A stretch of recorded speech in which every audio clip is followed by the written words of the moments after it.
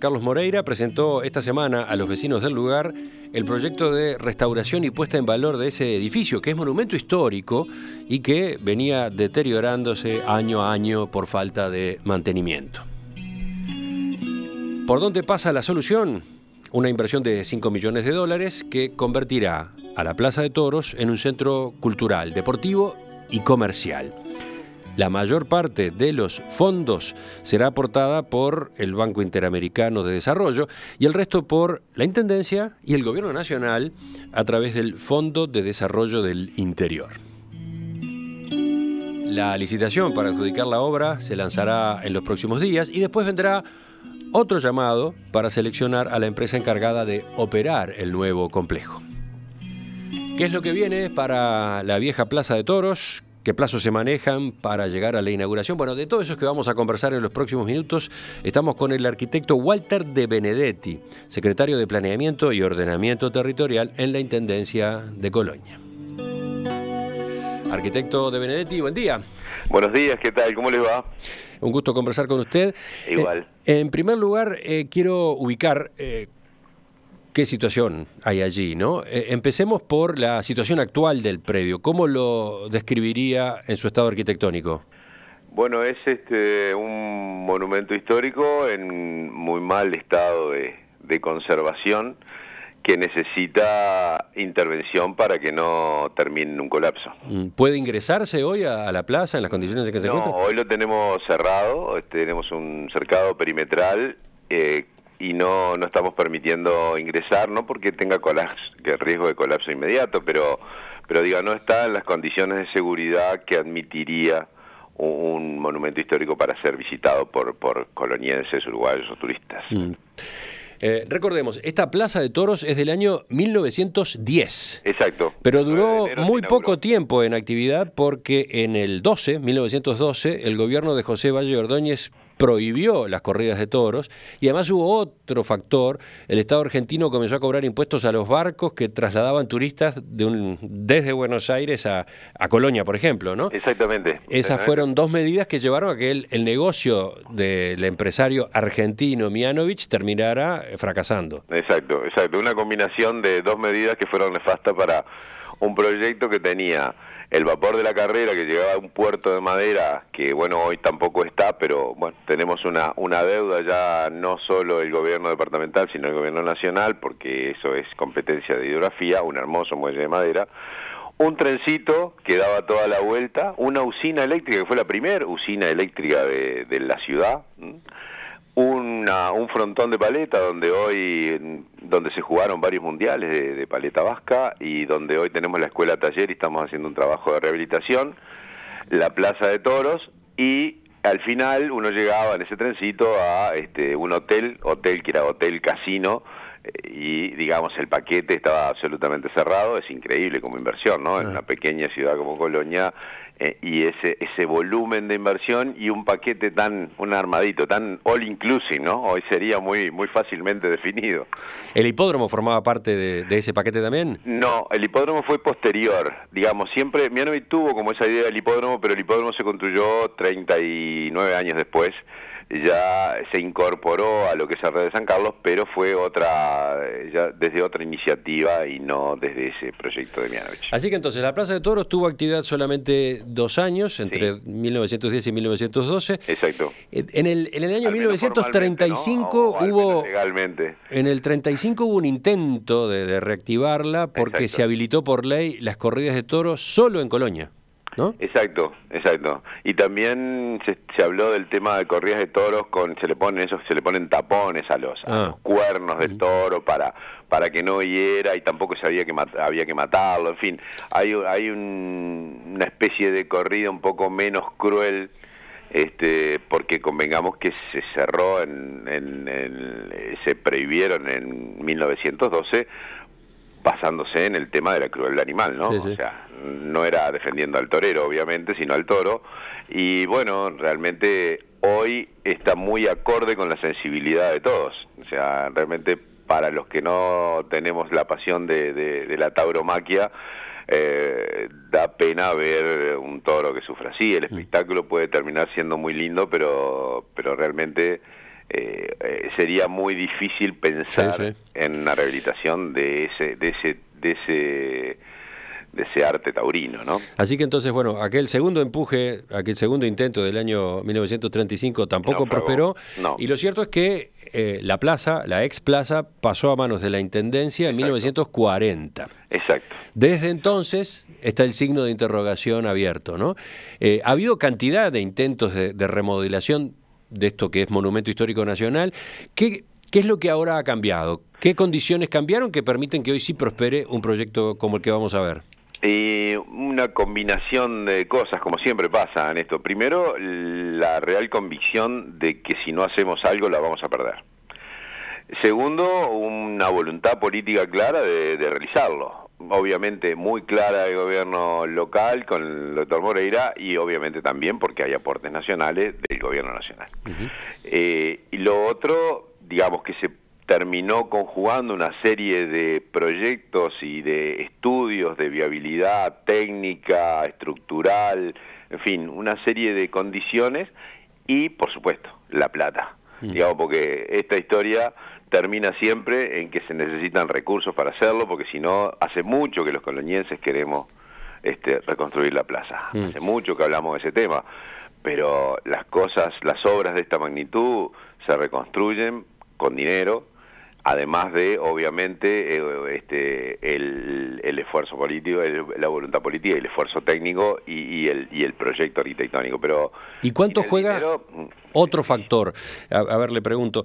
Mi impresión es que también está de por medio el desarrollo turístico que ha venido teniendo en los últimos años Colonia del Sacramento, al que le falta algo, ¿no?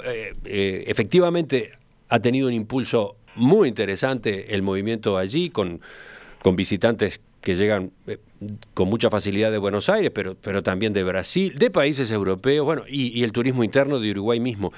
Pero da la impresión de que a la ciudad le falta más atracciones, ¿no?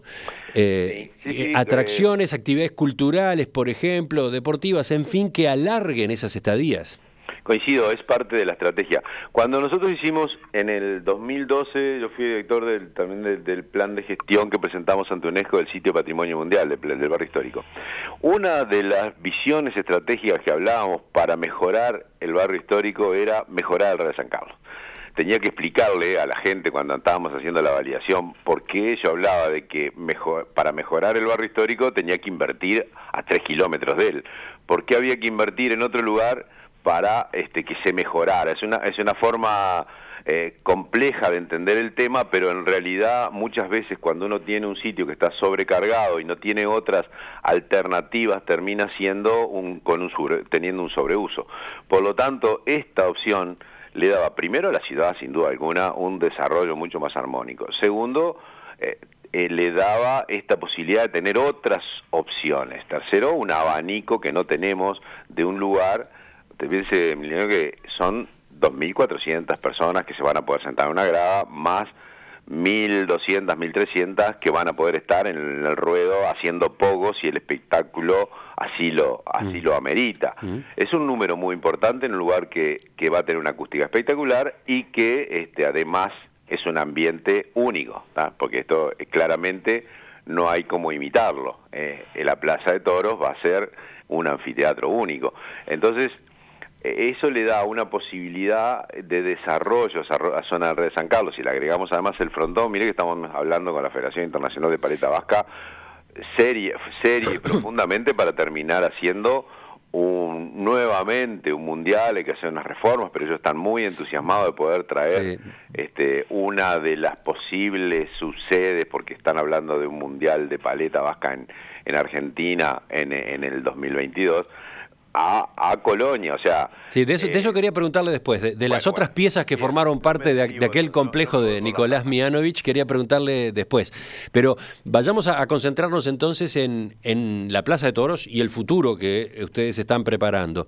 La idea, según el proyecto que se ha armado, es convertir a ese escenario, hoy venido a menos, en un centro cultural, deportivo y comercial. ¿Qué características tendría?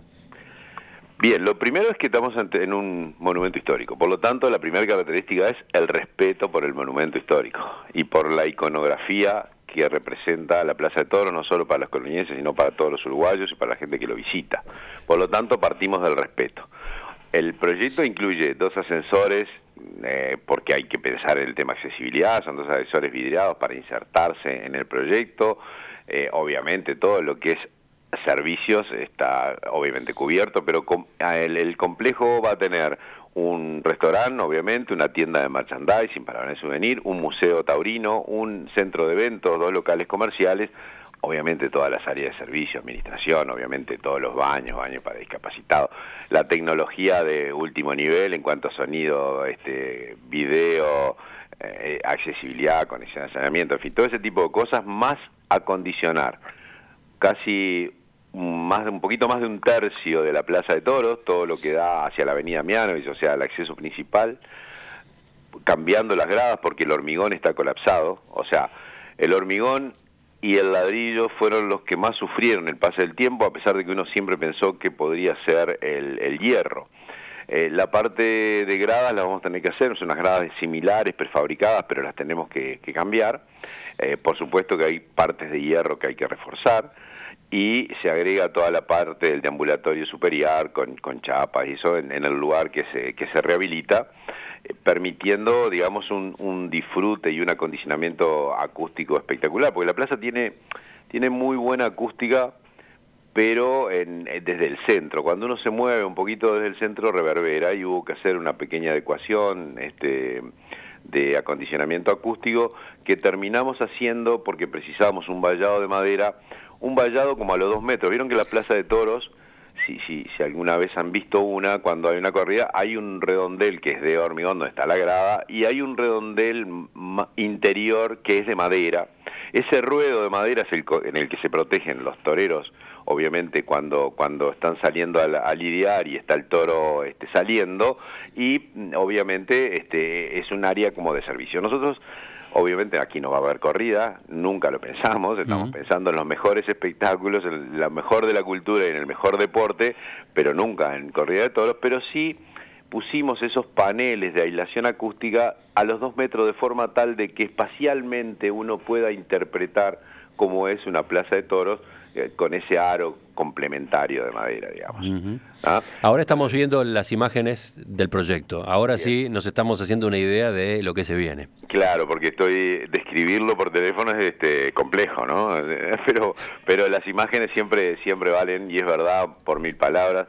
Creo que los renders que están ahí, digamos, representan muy bien lo que proyectamos y lo que estamos soñando, ¿no? Sí, representan cómo va a lucir por dentro, con las nuevas gradas, con esas explanadas circulares que también terminan existiendo, y con el aspecto exterior, ¿no? Esa especie de plaza abierta. Exacto, eso es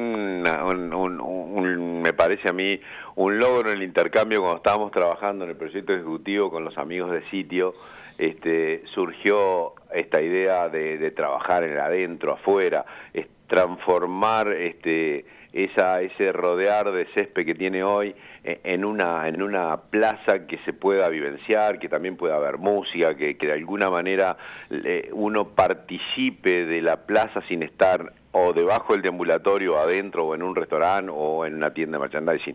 El complejo ganó en urbanidad, en integración con la ciudad, y me parece que es un gran logro. O sea, hay un gran aro exterior a la Plaza de Toros que termina conformando una vereda, un paseo. Exacto. O sea, lo que hoy tiene ese cordón cuneta, digamos, está ahí. ¿No? O sea, lo que hicimos fue respetar ese cordón cuneta y a partir de ahí generar un proyecto que integrara el edificio con esa plaza exterior, digamos, a la ciudad. Digamos. Sí, porque además quedó dicho al pasar, pero debajo de las gradas es que van a instalarse locales comerciales. Exacto. Y otro tipo de establecimientos. Claro, como lo tiene tan presente, uno lo dice al pasar, pero efectivamente lo que se está aprovechando es todo el bajo grado de la zona que se reconstruye. Y ahí es donde va el Museo Taurino, la tienda de merchandising, el restaurante, y donde va este centro de convenciones. y bueno, donde se aprovechan también para hacer algunos locales comerciales y demás. O sea, ahí es la potencialidad de ese tercio que se rehabilita, aprovechada al 100%, y el resto va a quedar como ruina consolidada. De eso quiero preguntarle, pero vamos a hacer una pausa por acá y retomamos la entrevista enseguida. Retomo la conversación, arquitecto De Benedetti, con lo que quedaba colgado justamente al final de la primera parte. Usted dijo al pasar que lo que se va a remodelar es en realidad la tercera parte de las gradas de la vieja Plaza de Toros. ¿Puede explicar esto? Bueno, siempre hay que tomar una decisión cuando uno interviene en un edificio de este tipo.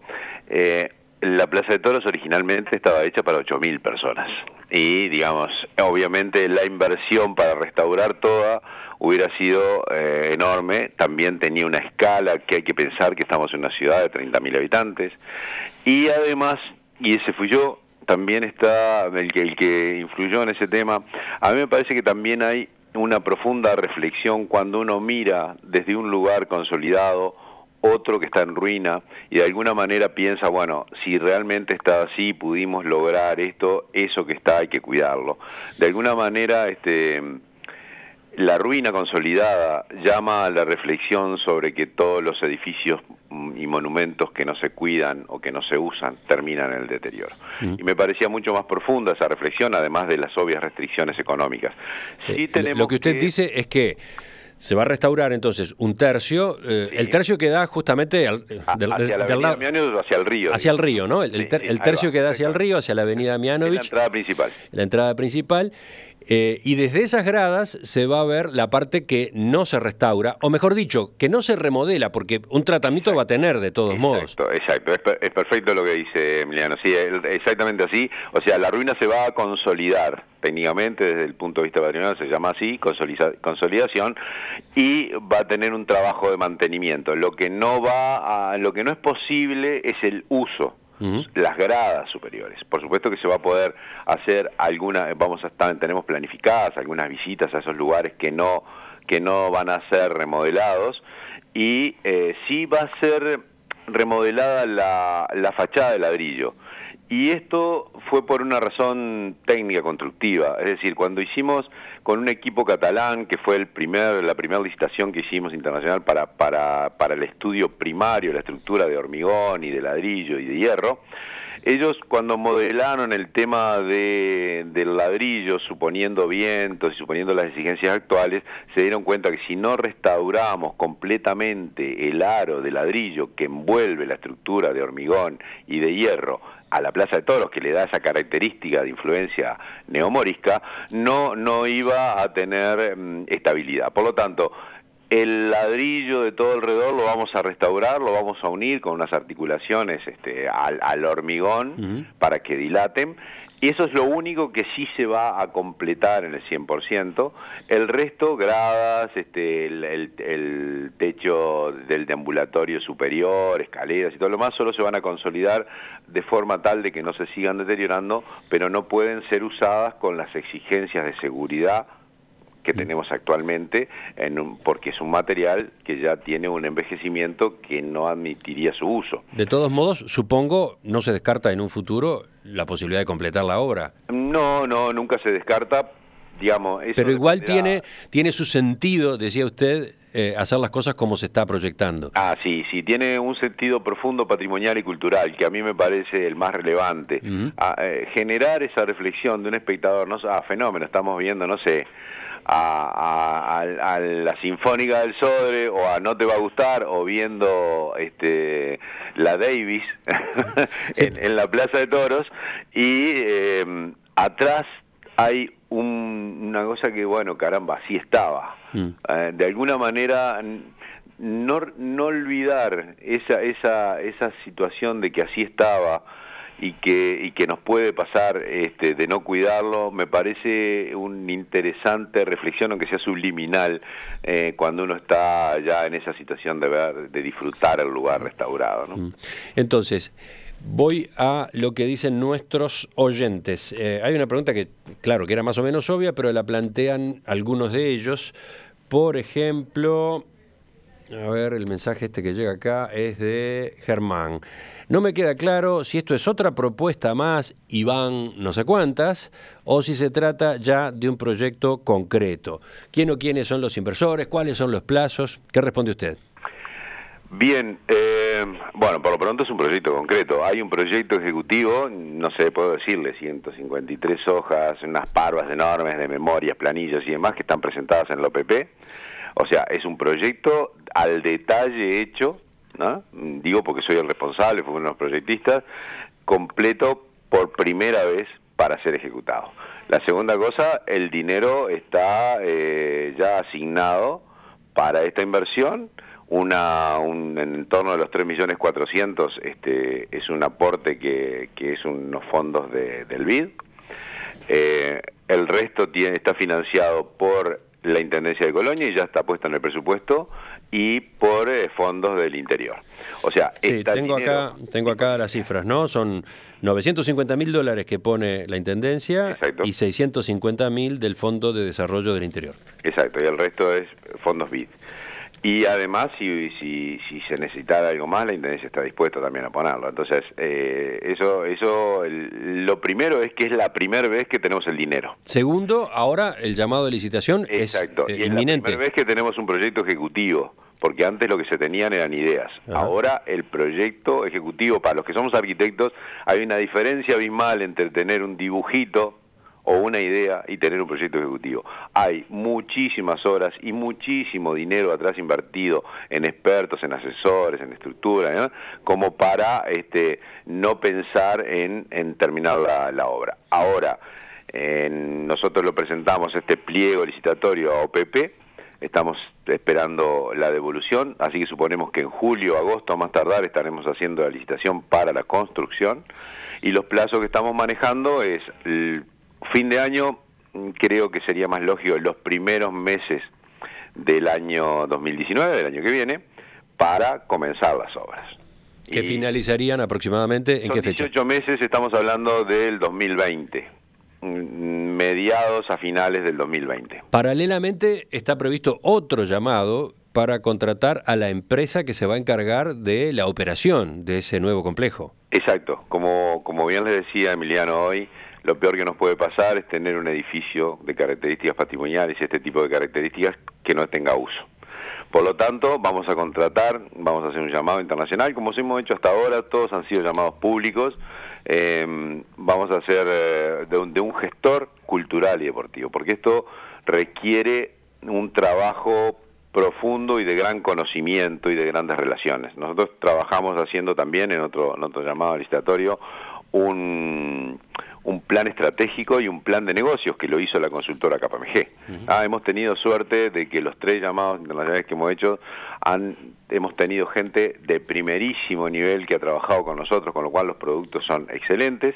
El plan de negocios a mí me parece clave porque uno no solo tiene que restaurar un edificio, tiene que darle sustentabilidad en el tiempo y tiene que darle, digamos, de alguna manera el uso que lo tenga continuamente en mantenimiento y en el brillo que esperamos todos que tenga. Entonces, ¿cuándo va a estar esa otra adjudicación? La otra adjudicación va en paralelo, la vamos a hacer seguramente en los primeros meses del 2020, porque es una licitación más pequeña, pero yo quiero que esté pronta, que tengamos el gestor antes de terminar la obra, por una sencilla razón. No quisiera un día darle al gestor la llave de una cosa que terminamos hace 2 meses y el señor me diga, pero yo si hubiera sabido, hubiera hecho alguna pequeña remodelación. Si tiene el señor que decirnos algo, o el equipo que tenga, será bueno que lo podamos resolver durante la obra. Usted mencionó al pasar algunos ejemplos de actividades que podrían desarrollarse así. Dijo, podría albergarse la Copa Davis cuando le toca a Uruguay ser sede. Entra una cancha de tenis, etcétera, y todo su entorno funciona allí. Todos los deportes que no sea el fútbol de 11, el fútbol de cancha grande.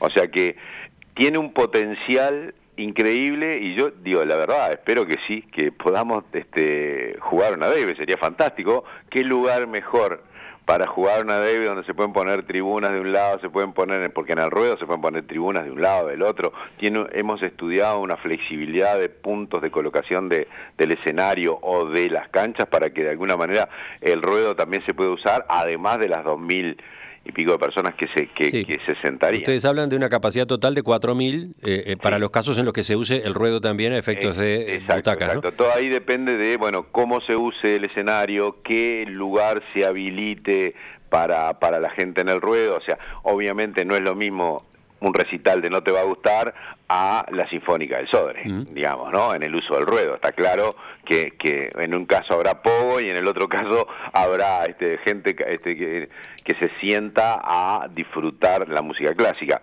Y lo mismo puede pasar con un espectáculo deportivo. Obviamente la cancha ocupa un lugar, se podrá armar gradas de un lado y del otro porque se precisan para el espectáculo, pero sin duda alguna es absolutamente compatible con eso y ojalá tengamos esa posibilidad en su momento, ¿no? Por otro lado, está previsto el centro de convenciones que es cubierto.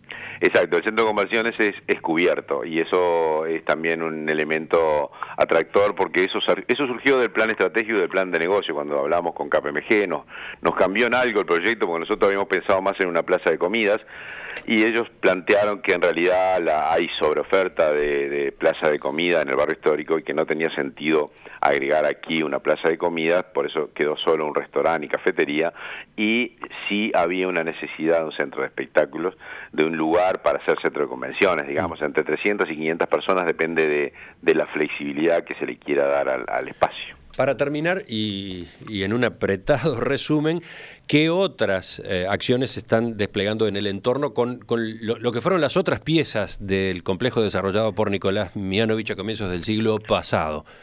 Antes de terminar, sí, una cosa que me quedó que me parece importante, nosotros vamos a trabajar con lo que llamamos abierto por obras.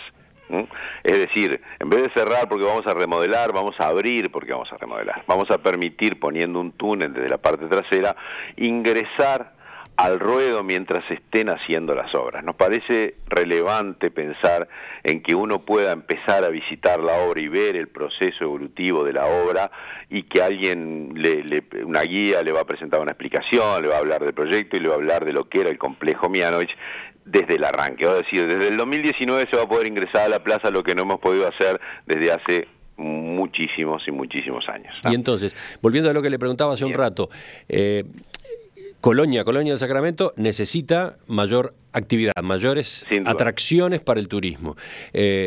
Hubo un paso en su momento con la inauguración del Hotel Sheraton que introdujo una cancha de golf, nada menos.